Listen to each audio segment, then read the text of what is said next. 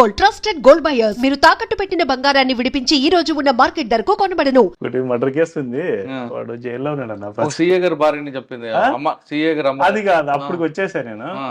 ఒక unknown dead body ఒక case చేశాను నేను. అది ఆహా. ఆ, ఒక ఒక lady literally she's a just like beggar. ఆమె ఒక డిసెంబర్ 13th అనుకుంటుందా, డిసెంబర్ 13th ఒక అన్నోన్ ఫీమేల్ డెడ్ బాడీ దొరికింది మాకు అక్కడ తట్టివారిపల్లి చెరువు కట్ట దగ్గర. ఆ డెడ్ బాడీ దొరికినప్పుడు ఆ డెడ్ బాడీ చూస్తేనే అది మాకు అప్పుడే డౌట్ వచ్చింది, ఇది ఏదో జరిగినట్లనే. సార్కి చెప్పాము, ఎస్పీ గారికి చెప్తే సరే సస్పీషియస్ డెత్ కింద కేసు రిజిస్టర్ చేయండి అని చెప్పేసి చెప్పారు. సస్పీషియస్ కింద కట్టినాము, మళ్ళీ సూన్ ఆఫ్టర్ పిఎంసీని బేస్ చేసుకొని ఆల్టర్ చేసుకోవచ్చు అని చెప్పేసి. మళ్ళీ దాని తర్వాత ఆమె ఎవరు అనే దాని విషయంగా అవన్నీ కలెక్ట్ చేసుకున్నాం మేము. ఎక్కడ మా బార్డరింగ్ డిస్ట్రిక్ట్స్లో ఉన్నటువంటి అన్ట్రేస్డ్ ఉమెన్ మిస్సింగ్ కేసెస్ అన్నీ కూడా ఆ ఏజ్ గ్రూప్లో లెస్సార్ మరొక 5 years అటు 5 years ఇటు ఉన్నటువంటి కూడా గ్యాదర్ చేసాం. అవన్నీ కూడా గ్యాదర్ చేసుకొని వాటి ఆధారంగా మేము ఎక్కడెక్కడైతే ఈ టైప్ ఆఫ్ ఉన్నాయో రీసెంట్గా అక్కడ అన్ని ఏరియాలో వెళ్ళి సర్చ్ అది ఎక్స్చేంజ్ చేయించాం ఇంటెలిజెన్స్, ఇది అది ఏమన్నా మ్యాచ్ అవుతుందని చెప్పేసి. అట్లా కూడా మనకి ఎక్కడ మ్యాచ్మెంట్ దొరకలే. అయితే ఆ బాడీ పైనటువంటి కొన్ని ఆర్టికల్స్ ఏవైతే ఉన్నాయో, ఆ శారీ, ఆ పెట్టికోట్, జాకెట్ అవే ఉన్నాయి మనకి. ఇంకా పెద్ద ఆర్టికల్స్ కూడా ఏం దొరికింది అక్కడ సీన్లో. జస్ట్ వాటినే పాంప్లెట్స్ వేసేసి ఆమె చనిపోయిన ఆమె జస్ట్ లైక్ ఈ మీద ఒక below middle class level BPL family లాగా అనిపించింది. కొంచెం ప్రామినెంట్ ఏరియాలంతా కూడా మేము అడ్వర్టైజ్ చేసాము. అన్ని కూడా పాంప్లెట్స్ పంపించేసి టీమ్స్ పెట్టేసి హాస్పిటల్స్, పబ్లిక్ గ్యాదరింగ్ ప్లేసెస్, ఈ రైల్వే స్టేషన్లు, బస్ స్టాండ్, ఆర్టీసీ బస్ స్టాండ్లు అవి ఇవి చూస్తే ఈ బస్ స్టాండ్లలో సాయంత్రం పూట వెతికిస్తాంటాం. ఎందుకంటే పగలంతా గుజరి ఏరుకుంటే రాత్రి పడుకునే షెల్టర్ జోన్ లాగా బస్ స్టాండ్ దగ్గరికి వస్తూ ఉంటాయి మదనపల్లిలో. అక్కడ వాళ్ళకి చూపించాము ఇవన్నీ, ఇది ఎవరన్నా చూసారా ఇది అంటే అందులో ఎవరో కొందరు చిన్న ఐడెంటిఫికేషన్ చెప్పారు. ఈ శారీ పలాని పాప కట్టుకునేది, పలానా లక్ష్మి కట్టుకునేది అని చెప్పేసి అట్లా చెప్పారు. ఓకే ఆమె ఏం పని చేసేది ఏమి అంటే, ఆమె ఈ గుజిరి ఏరుకుంటుంది బస్ స్టాండ్, రైల్వే స్టేషన్ చుట్టుపక్కల పేపర్లు, plastic empty water bottles, surrounding ఇలాంటివన్నీ ఏరుకొని వేస్తుందని. సరే పోనీ నెక్స్ట్ ఎక్కడ వేస్తుంది ఇవన్నీ పేపర్లు అవన్నీ అంటే, ఇవన్నీ కూడా పలానా గుజిరి షాప్లో వేస్తుంది అని చెప్పేసి చెప్పారు. మళ్ళీ అక్కడ గుజిరి షాప్ దగ్గరికి వెళ్ళినాం, వాళ్ళతో మాట్లాడినాం. ఎవరు హూయిషి ఈ బట్టలు పెట్టుకునే టైమే మీకు ఇక్కడికి వస్తుందంట కదా, ఆమె పేరు పలానా పలానా, మీరు ఇచ్చేటోళ్ళకి ఆధార్ కార్డులు ఇవన్నీ ఇస్తారు కదా మీ దగ్గర, మీరు పెట్టుకుంటారు, మెయింటైన్ చేస్తారు కదా, అట్లీస్ట్ అవి ఇవ్వండి మాకు ఆధార్ కార్డులు అని చెప్పేసి చెప్పాం. తీస్తే అందులో ఒక అమ్మాయిది ఒక ఆధార్ కార్డు వచ్చింది. మళ్ళీ నెక్స్ట్ వాళ్ళ అడ్రస్ చూస్తే తవలము పక్కన నిమ్మన్పల్లి మండలం. ఆ తవలంకి వెళ్ళేసి మళ్ళీ అక్కడ కూడా ఎంక్వైరీ చేయించాం. ఎంక్వైరీ చేపిస్తే ఆమె పేరు ఇక్కడ పిలుచుకునే పేరు లక్ష్మీనగా, అందులో భూదేవి, కత్తి భూదేవి అని పేరు. ఆ భూదేవి తీసి ఆమె ఆధార్ కార్డు తీసి మళ్ళీ సచివాలయంకి వెళ్ళి ఆమెకి ఇది మంత్లీ పెన్షన్, గవర్నమెంట్ పెన్షన్ వచ్చేదే కదా వీడియో, అవన్నీ వెరిఫై చేసి అవన్నీ కూడా కరెక్ట్ ఉన్నాయి, మ్యాచ్ అయిపోయింది. మళ్ళీ నెక్స్ట్ వాళ్ళ పిల్లలకి వాళ్ళకి ఇంటిమేషన్ ఇచ్చాం. దీని తర్వాత మళ్ళీ సీన్లోకి వచ్చి మళ్ళీ బస్ స్టాండ్లో ఈమె పలానా ఆమె కన్ఫర్మ్ అయిపోయింది, ఈమె ఎక్కడ ఉంటుంది, ఎవరితో ఉంటుంది, ఎవరితో తిరుగుతుంది అని చెప్పేసి ఇవన్నీ కూడా మళ్ళీ ఎంక్వైరీ చేస్తే ఒక శ్రీనివాసులు అనే ఒక అతని పేరు బయటకు వచ్చేసింది. ఎవరు వాడు, ఏం కదా అని చెప్తే మళ్ళీ తర్వాత చాలా కొద్ది రోజుల్లోనే మళ్ళీ వాడిని అప్రిహెండ్ చేయడం జరిగింది. మనం మళ్ళీ అప్రిహెండ్ చేస్తే వాడు ఈమె బాగా సావాసంలో ఉంటూ బాగా క్లోజ్గా ఉండి ఈ మధ్యకాలం జస్ట్ ఇంకా డైలీ వాళ్ళు ఇవన్నీ పేపర్లు ఏరుకునేది, వాటర్ బాటిల్స్ ఏరుకునేది, గుజిరీలు వేసుకొని ఇట్లా చేసుకుంటున్నారు. దాని తర్వాత ఈమె ఏదో వేరే వాళ్ళ వైపు చూసిందని చెప్పేసి ఆమెకి వీనికి కొంచెం మాట పెరిగింది. ఎందుకు పెరిగిందంటే, నీవు నాతో ఉన్నావు కదా, నువ్వెందుకు వాళ్ళ వైపు చూసావంటే, నేనేమి నీకు కట్టుకునే భార్యని కాదు కదా, నువ్వెందుకు నా మీద అంత అధికారం చలాయిస్తున్నావు అని చెప్పేసి నన్నే ఎదురు మాట్లాడతావని చెప్పేసి వీడు ఆమెను ఒకే 2 ఏళ్ళు వేయడం, ఆమె ఏదో కట్టె తీసుకొని కొడితే నన్నే కొడతామని చెప్పి వాడు చంపేసి తాయి తీసుకొని. అది బాగా ఇంట్రెస్టింగ్ కేసు అనిపించింది. జైల్లో అన్నోన్ డెడ్ బాడీ అయినప్పటికీ కూడా. సార్ ఆ కేసులో అన్నోన్ డెడ్ బాడీని మీరు 174 ని 302 చేశారు. ఎస్, అది మర్డర్ ఫర్ గెయిన్ అయింది. తర్వాత రేప్ కూడా జరిగిందా? రేప్ లేదు. 302. ఆ కేసులో కన్విక్షన్ వచ్చే విధంగా మీరు ఏమైనా ప్రాపర్ గా చేశారా ఇన్వెస్టిగేషన్? 100%. 100% కన్విక్షన్ వస్తుంది అండి. వస్తుందా? 100% పిఎం రిపోర్ట్ కానీ అన్ని అన్ని కూడా scientific everything evidence. అన్ని కూడా బాగా సైంటిఫిక్ ఎవిడెన్స్ కూడా బాగా గ్యాదర్ చేసాము. ఇన్వెస్టిగేషన్ కూడా బాగా లైన్ ఆఫ్ ఇన్వెస్టిగేషన్ బాగా వచ్చింది అంట. అంటే పిల్లలు మీరు టార్గెట్ చేస్తారు ఇప్పుడు ఎక్కువగా డ్రగ్స్ కోసం వెళ్తున్నారు, తర్వాత సైబర్ క్రైమ్ అది. మీరు 3 ఉంటాయి ఎక్కువ కూడా జరుగుతుంది, సైబర్ క్రైమ్, ట్రాఫిక్, డ్రగ్స్. ఈ మూడిట్లో మీరు బాగా నచ్చింది ఏదంటే? ట్రాఫిక్. ఎందుకు? ట్రాఫిక్ కూడా ఎందుకంటే ఏదైనా ఇట్లా అయితే వాళ్ళని కొంత మోటివేట్ చేస్తాము, కొంతమంది మారిపోతారు ఉంటారు. కానీ ఈ ట్రాఫిక్ అన్నది మనకు ప్రతిరోజు చర్య, ఇది ప్రతిరోజు చర్య. ఎర్లియర్గా ప్రతి ఇంట్లో ఎక్కడో ఒక మోటార్ సైకిల్ ఉండే, అంటే మేము చిన్నప్పుడు అయితే అవును ఊర్లో అయితే 1-2 మోటార్ సైకిల్ ఉండేవి అంతే, ఊరంతా కలిపితే కూడా. ఇప్పుడు ఇంటికి 3 అంతే. రోజులు మారే కొద్ది ఏమవుతుంది అంటే సారు ఒక బండి తీసుకుంటాడు, మళ్ళీ సారు కొంచెం స్టేట్ పెరిగితేనే పిల్లలు ఉన్నారు కదండి మనం ఏడపోతాం బయటకు పోలేమంటేనే అవు కదా అని చెప్పేసి మళ్ళీ ఒక 4-వీలర్ తీసుకుంటారు. మరి పిల్లలు పోవాలి కదా, బాబు కాలేజీ అంటే మళ్ళీ వానికోసం ఒక మోటార్ సైకిల్ తీసిస్తారు, పాప కాలేజీ అంటే ఆ పాపకు స్కూటీ తీసి ఇచ్చేస్తారు. ప్రతి ఇంట్లో 3 బండ్లు 4 బండ్లు యావరేజ్గా ఉన్నాయి ప్రతి చోట. ట్రాఫిక్ అనేది ఎక్కువ అయిపోయింది, పొల్యూషన్, అన్ని రకరకాల ఈక్వేషన్. రోడ్ స్పేస్ మనకి ఇంకా ఓకే, అవన్నీ జరిగిపోతూ ఉంటాయి. దీంట్లో మేజర్గా నేను పిల్లలకి ఈ ట్రాఫిక్ అవేర్నెస్లో చెప్పేటప్పుడు ఏంటంటే ఈ విషయాలే ఎక్కువ చెప్తా ఉంటాను. చూడు బాబు, మనము ఒకసారి ఇంట్లో నుండి బయటికి వెళ్ళినామంటే మళ్ళీ ఎలా వెళ్ళినామో మళ్ళీ క్షేమంగా ఇంటికి తిరిగి వస్తామనే గ్యారంటీ ఉండదు. కాబట్టి ఎందుకంటే యాక్సిడెంట్ జరిగేదానికి ఏ ఎలిమెంట్స్ అయినా రీజన్స్ అయి ఉండొచ్చు, ఏదైనా మన మిస్టేక్ అయి ఉండొచ్చు, లేకుంటే ఇతరుల మిస్టేక్ అయి ఉండొచ్చు, అనుకోకుండా ఏదైనా ఒక క్యాటిల్ రావచ్చు, ఒక యానిమల్ రావచ్చు, లేకుంటే రోడ్డు కండిషన్ సరిగ్గా లేకపోవచ్చు, వెహికల్ బ్రేక్ డౌన్ అయిపోయి ఉండొచ్చు. ఏదేమైనప్పటికీ 2-వీలర్లో పోతున్నామా ఖచ్చితంగా హెల్మెట్ మనం ధరించాలి. హెల్మెట్ ధరించాలి ఎందుకంటే ఇప్పుడు ఒక చెయ్యికి ఏదైనా డ్యామేజ్ ఎందుకో ఇంకో చేతితో మేనేజ్ చేస్తాం, కాలుకి ఏదైనా డ్యామేజ్ అయితే ఇంకో కాలుతో మేనేజ్ చేస్తాం. బట్ వేరే తల ఏదైనా డ్యామేజ్ అయిందంటే దాన్ని ఇంకో దాంతో మనం మేనేజ్ చేయలేము. ఎందుకంటే మన బాడీ ఫంక్షనింగ్ అంతా తలలోనే ఉంటుంది. ఐస్ అండి మోర్ ఇంపార్టెంట్, మనకి ఐస్ లేకుండా ప్రపంచాన్ని చూడలేము. చెవులు, మన ఫంక్షనింగ్ అంతా కంట్రోల్ చేసి మన బ్రెయిన్, ఇవన్నీ కూడా తలలోనే ఉంటాయి మనకు.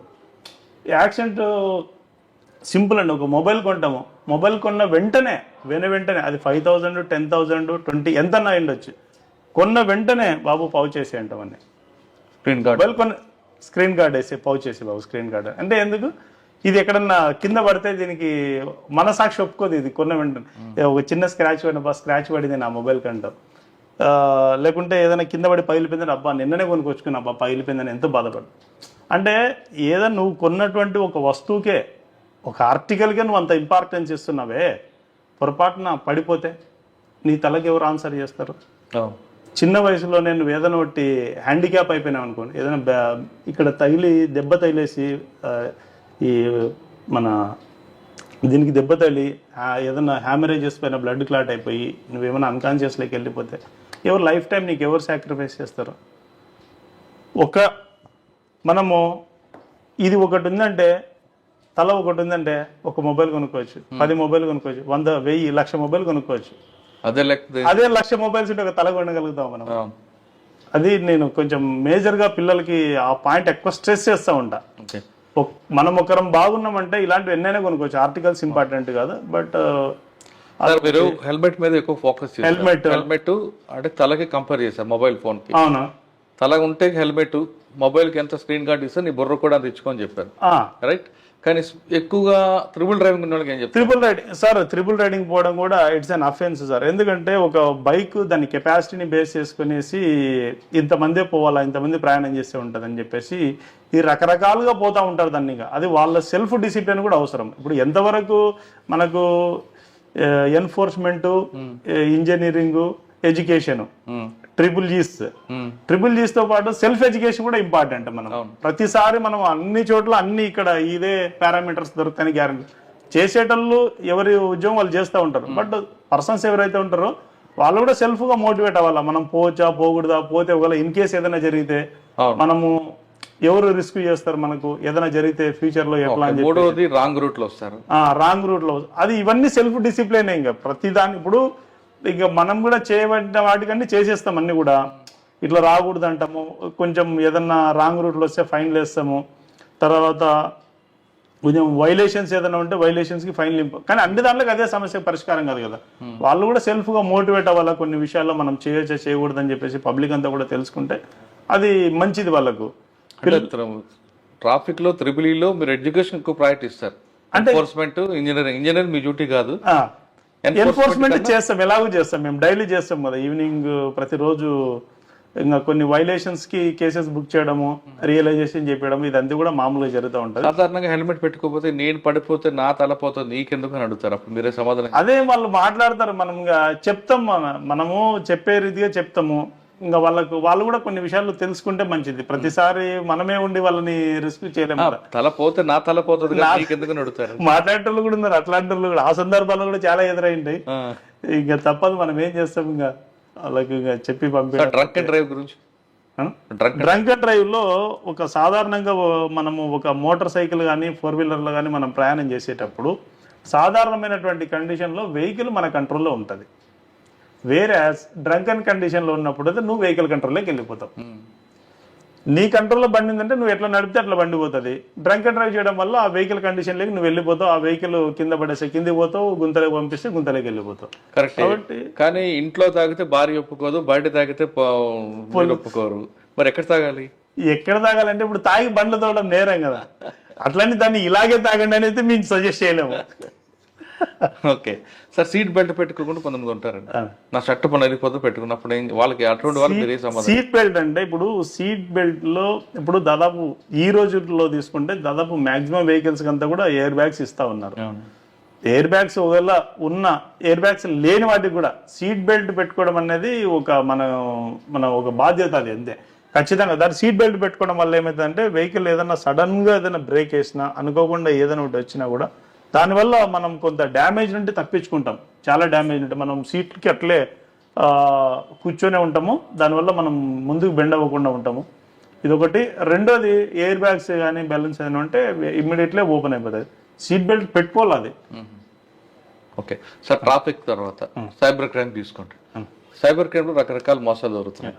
మీరు పబ్లిక్ ఏం చెప్తారు? పబ్లిక్ ఏం చెప్తానంటే, ఇప్పుడు ఒక సాధారణంగా ఒక పని చేసుకునే వాళ్ళు ఉంటారన్న, రోజుకి ఒక 500 సంపాదిస్తారు, లేకుంటే ఒక 600, ఎక్కువ 1000 రూపాయలు సంపాదించుకుంటారు. ఒక నెల ఎంత సంపాదిస్తారు ఆ లెక్కన? ఒక 30,000 రూపీస్, ఒక 30,000 రూపాయలు సంపాదిస్తారు ఒక మనిషి సాధారణంగా. కొంతమంది అంతగా చేయలేని వాళ్ళు ఒక 20,000, ఇంకా మామూలు పని చేసుకునే వాళ్ళు ఒక 10,000 అనుకోండి, ఎంతో కొంత.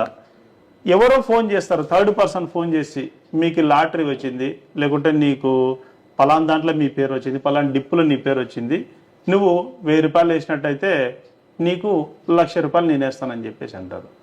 కామన్ సెన్స్తో కూడుకున్నటువంటి ఆన్సర్ దీనికి. వాని దగ్గరే 1000 రూపాయలు ఉంటే నిన్ను 1000 రూపాయలు, వాడు 1,00,000 రూపాయలు వాని దగ్గర ఉంటే 1000 రూపాయలు నిన్ను ఎందుకు అడుగుతాడు వాడు? చిన్న లాజిక్. మనం ఇంత కూలి పని చేసుకుంటేనే మనకి నెలకు 10,000, 20,000, 30,000 రూపాయలు వస్తుంది. ఏదైనా జాబ్ చేసుకుంటేనే, ప్రైవేట్ జాబ్ కానీ ఏదో ఒకటి వాళ్ళు చేసుకునే జాబ్ ఏదైనా కూడా. అలాంటిది వాని దగ్గర నా 1,00,000 రూపాయలు నీకేస్తా, 1000 రూపాయలు నువ్వు నా అకౌంట్లోకి అంటే ఎంత కామన్ సెన్స్ లేకుండా వేస్తారో అర్థం కాదు. ఎవరో ఫోన్ చేసి ఓటీపీ పెడితే ఓటీపీ చెప్పేస్తారు. ఎట్లా చెప్తారన్న ఓటీపీ? మీకు బ్యాంకర్స్ కాదు, ఎన్ని మోటివేషన్ క్లాసెస్లో ఎంతమంది స్పీకర్స్ ఏ మీటింగ్కి అయినా చెప్తా ఉంటారు, అయినా కూడా ప్రతిరోజు వస్తాయి, సార్ నేను ఓటీపీ చెప్పినా. ఎవరైనా నేను చెప్పమన్నారు సార్, చూడండి సార్ నా రికవరీ వెంటనే అయిపోలే సార్, వెంటనే అయిపోలేండి. పబ్లిక్ లో ఇంకా చాలా మందిలో ఉన్నటువంటి ఒక ఇదేంటంటే, ప్రతిదానికి ఒక టైం టెన్యూర్ ఉంటుందండి. ప్రతిదానికి నేను చెప్తున్నాను, అందరికి అప్పీల్ చేస్తా ఉన్నాను.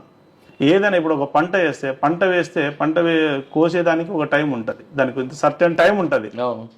ఈవెన్ ఒక డాక్టర్ దగ్గరికి ఏదైనా కాలు వచ్చి ఇరిగిపోయి ఏదైనా పోతే కూడా డాక్టర్ దాని ట్రీట్మెంట్ ఇస్తే, దానికి సర్టెన్ మెడిసిన్ ఇస్తే, మెడిసిన్ ప్రపోర్షనేట్ రెస్ట్ ఇస్తే కూడా సర్టెన్ టైంలో నువ్వు రికవర్ అవుతావు. కానీ పబ్లిక్ లో ఉన్నటువంటి చాలా మందిలో ఉండే క్వశ్చన్ ఏంటంటే, అదే డాక్టర్ దగ్గర పోతారు, ఫస్ట్ చెప్పేది నీ ప్రాబ్లం చెప్పడా, సార్ తొందర అయిపోలే సార్ అంటే, సార్ తొందర న్యాయం కాలేదండి. తొందర న్యాయం కావాలంటే ఇంకేమవుతుంది, కొంచెం ఇవ్వాల్సిన డోస్ కొంచెం ఎక్కువ ఇస్తుంది, దానివల్ల మనకే హెల్త్ డ్యామేజ్ అయిపోతుంది.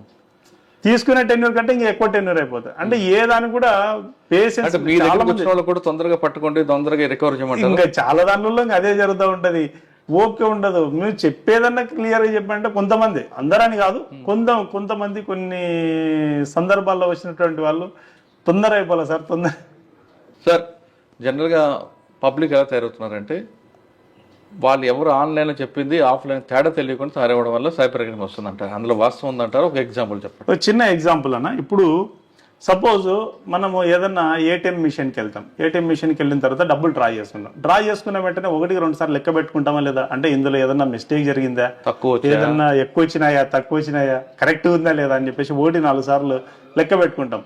అలాంటిది ఆన్లైన్లో ఎవరో మీకు ఫోన్ చేసి ఎవరో ఇది అంటే మీరు ఎందుకు ఇందులో ఉన్నటువంటి జాగ్రత్త అందులో ఎందుకు ఉండదు మీకు ఆన్లైన్లో? ఆఫ్లైన్లో అయితే అంత జాగ్రత్తగా డబ్బుల విషయంలో 1-2 సార్లు చూసుకుంటారు కదా. మరి అలాంటప్పుడు ఆన్లైన్లో అదే బాధ్యతతో మీరు చూసుకుంటే సో దట్ మీరు చాలా ప్రాబ్లమ్స్ సైడ్ చేసుకున్న వాళ్ళు అవుతారు కదా. అవును, అది కూడా కొంచెం పబ్లిక్ జాగ్రత్త పాటిస్తే మంచిది. ఆ విషయం కొంతమంది అమ్మాయిలు ఫ్రెండ్షిప్ లో ఎక్కువగా మోసపోతుంటారు. అమ్మాయిల ఫ్రెండ్షిప్ లో మోసపోతారంటే, ఇప్పుడు ఒక అమ్మాయి ఉంటుందన్న, బస్ ఎక్కడానికి పోతుంది. బస్ ఎక్కడానికి పోతే అంత బస్సు ఎక్కిన తర్వాత ఎక్కి చూస్తే బస్సులు అంతా కూడా ఎక్కువ అబ్బాయిలు ఉండడము. అప్పుడే ఆమెకు వాతావరణం చూస్తే ఈ బస్సు కంటే నెక్స్ట్ బస్సుకు పోవడం మంచిదేమో అని అనిపిస్తుంది ఆమెకి. ఏం చేస్తుందన్న, మామూలుగా ఆటోమేటిక్గా బస్సు దిగేస్తుంది. మరి ఆ బస్సు ఎక్కి దిగినప్పుడు అంత జాగ్రత్త బయటకు వచ్చేస్తుంది. సేమ్ టైం ఈ ఫోన్లో ఫేస్బుక్లో కానీ ఇంకో దాంట్లో చూస్తే తగ్గిమని టిక్కులు పెట్టేయడము, ఫ్రెండ్షిప్కి యాక్సెప్టెన్స్ ఇవ్వడము, యాడ్ ఫ్రెండ్షిప్లో పెట్టడము, ఫ్రెండ్ రిక్వెస్ట్ పెట్టడం, ఇలాంటివి. మరి అందులో ఉన్న జాగ్రత్త ఎందుకు ఇలా ఎక్కడ మిస్ అయింది? ఆ జాగ్రత్త కూడా ఇక్కడ ఉంటే బాగుంటుంది కదా. మరి ఆఫ్లైన్లో ఇంత కేర్ఫుల్గా ప్రతి దాంట్లో మీరు 1-2 సార్లు పాటించుకుంటూనే పోతా ఉన్నారు అంత కేర్ఫుల్నెస్గా. మరి ఆన్లైన్లో కూడా అంతే కేర్ఫుల్నెస్గా ఉంటే మీరు చాలా ప్రాబ్లమ్స్లో సైడ్ అయిపోయే అవకాశము ఉంది. ఓకే సార్, డ్రగ్స్ మీద మీ ఫోకస్ ఏంటంటే? డ్రగ్స్ సార్, ఇప్పుడు ఈ మధ్య కాలంలో కూడా మేము అన్ని కాలేజీలన్నీ కూడా విజిట్ చేస్తూ ఉన్నాము. రీసెంట్గా కూడా ఒకటి కేసు పెట్టడం జరిగింది. డ్రగ్స్ అంటే బిఫోర్ నేను మదనపల్లిలో ఉన్నప్పుడు డ్రగ్స్ లాస్ట్లో రిలీవ్ అయ్యి వచ్చే టైం